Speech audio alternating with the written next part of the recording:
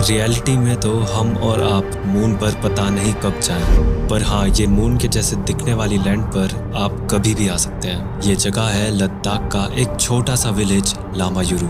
इस बहुत ही स्ट्रेंज दिखने वाले लैंडस्केप पर बने हुए घर और भी स्ट्रेंज हैं, जो केव्स या गुफाओं में बने हुए हैं। और आप जब भी इस जगह को देखते हो तो बस एक ही सवाल दिमाग में आता है कि ये मूनलैंड बनी कैसे।